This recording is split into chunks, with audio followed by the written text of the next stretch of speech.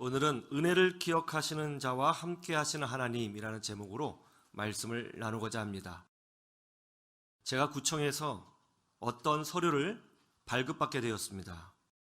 그때 일하시는 직원분이 제게 전화번호 어떻게 되세요? 하고 물었습니다. 그래서 제가 제 전화번호는요 하고 답을 하려고 하는데 순간 제 전화번호가 생각이 나지 않는 거예요. 그래서 제가 되물었죠. 제 전화번호가 뭘까요? 그렇게 했더니 직원분이 막 웃으시더라고요. 한 번은 식당에서 식사를 하고 나오면서 주차 정산을 하게 되었는데요. 순간적으로 제 차 번호가 생각나지 않았습니다.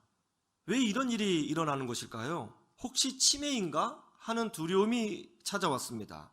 그래서 찾아보니까 이런 것들이 현대인들이 경험하는 디지털 치매 때문이라고 합니다. 스마트폰이 나오기 전에는 중요한 전화번호는 대부분 다 외웠습니다.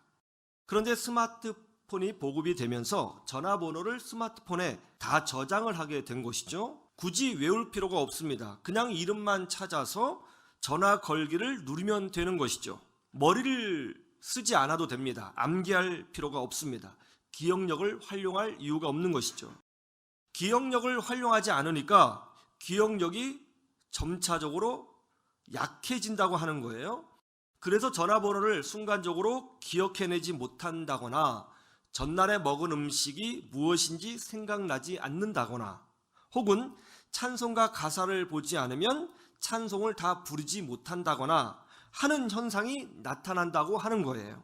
이런 현상들을 의사들은 디지털 치매라고 부릅니다. 여기에 중요한 원리가 숨어 있죠. 기억하려고 하지 않으면 기억하지 못하게 된다는 거예요. 오늘 말씀해 보면 여호수아가 루벤 지파와 갓 지파와 므낫세 절반 지파에게 뭐라고 말하고 있죠? 너희는 그 말을 기억하라 라고 합니다. 하나님은 우리가 하나님의 은혜를 기억하며 살기를 원하십니다. 그리고 그 은혜를 기억하는 자와 함께 하시고 그 은혜를 기억하는 자를 축복하여 주시는 것입니다. 신명기 8장 1절에 보면 하나님께서 이스라엘 백성에게 분명히 명령하셨습니다. 너희들은 젖과 꿀이 흐르는 땅 가나안 땅으로 들어가서 그 땅을 차지하여라.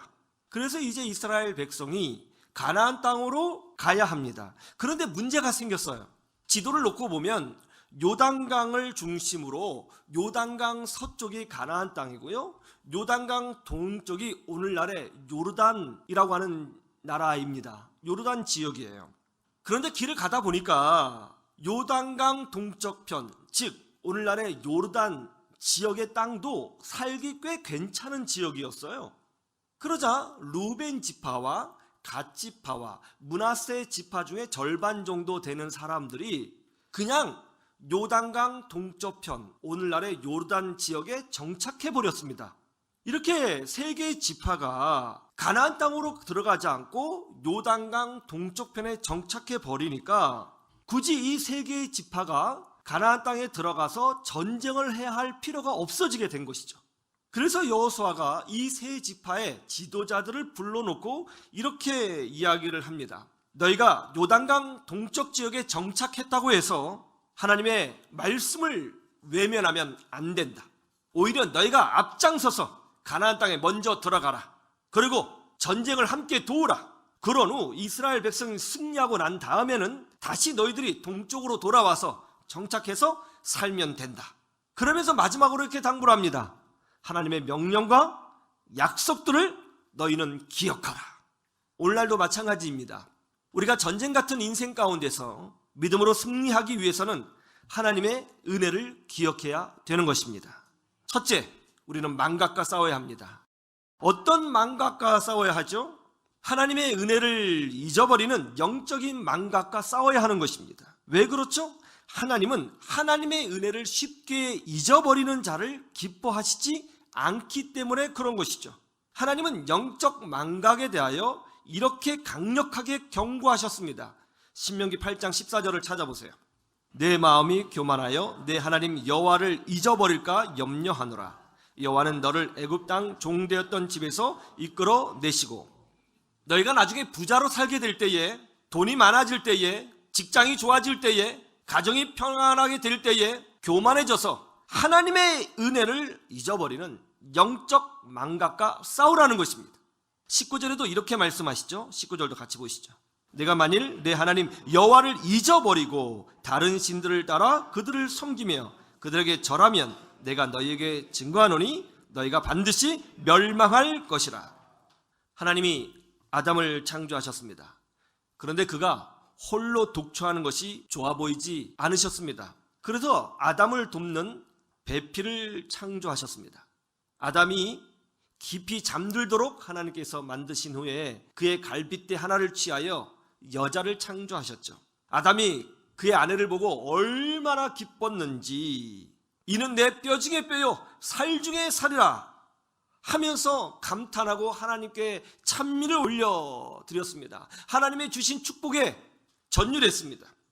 그런데 그는 매우 빠르게 하나님의 축복을 망각했죠. 마귀가 와서 여자를 이렇게 유혹합니다. 하나님이 참으로 동산 안에 있는 모든 나무의 열매를 먹지 말라고 하시더냐? 아니라 오직 동산 중앙에 있는 선악과의 열매만 먹지 말라고 하셨느니라. 먹으면 죽을 수도 있다고 하셨다. 그러자 마귀가 뭐라고 말하죠? 아니라 너희가 결코 죽지 아니하리라. 이 열매를 먹으면 너희가 하나님처럼 높아지게 될 것을 하나님이 아시고 의도적으로 먹지 못하게 한 것이다. 그러자 아담과 하와는 하나님의 축복을 망각하고 마귀의 소리를 들어 유혹되고 미혹되어 그만 선악과를 따먹고 만 것이죠. 그래서 어떻게 됐어요? 그래서 죽음이 오고 질병이 오고 저주가 오고 하나님의 심판이 오게 됐다는 겁니다. 하나님의 축복을 망각하고 하나님의 은혜를 망각하면 우리는 마귀의 유혹에 넘어지게 되는 것이죠. 예수님이 광야에서 40일간 금식기도 하셨습니다. 매우 줄이셨습니다. 그때 마귀가 예수님을 찾아왔습니다. 그리고 예수님의 배고프심을 이용해서 하나님의 은혜를 망각하게 하려고 예수님을 흔들고자 했습니다. 이 돌들로 떡더기가 되게 하십시오. 충분히 그런 능력이 있지 않습니까? 많이 배고프실 텐데 지금 그 배고프심 면하셔야 됩니다. 마귀는 예수님이 배고픔 그 자체에만 집중하도록 유혹했어요. 그때 예수님이 뭐라고 말씀하셨어요? 사람이 떡으로만 살 것이 아니요 하나님 입에서 나오는 모든 말씀으로 살 것이니라. 이렇게 선포하죠. 무슨 뜻이에요? 하나님의 말씀을 잊지 않겠다는 거예요. 그러자 마귀가 떠나가고 천사가 수종 들었다는 것입니다. 마귀는 끊임없이 우리에게 이렇게 유혹하죠. 먹고 살기도 힘든데 무슨 하나님의 말씀이야. 지금 너의 문제가 급한데 무슨 예배야. 거리처 사람 만나야 되는데 그것만 집중하라고. 이렇게 하나님을 망각하도록 유혹하는 거죠. 왜요? 하나님을 잊으면 그 순간 우리가 망하기 때문입니다. 40대 여성이 있었습니다. 결혼한 지 15년이 지났는데 아이가 생기지 않는 거예요. 하나님께 눈물로 기도했습니다. 그리고 이 자매를 위하여 담임 목사님께서 매주마다 기도해 주셨습니다. 그런데 정말 기적이 일어났어요. 임신하게 된 것입니다. 10개월 뒤에 예쁜 딸아이가 태어났습니다. 얼마나 감사한지 딸아이를 안고 덩실덩실 춤을 추었습니다. 아이가 4살이 되었습니다. 아이를 뒷좌석 카시트에 태운 후에 마트에 가게 되었습니다. 그때 전화가 걸려왔어요.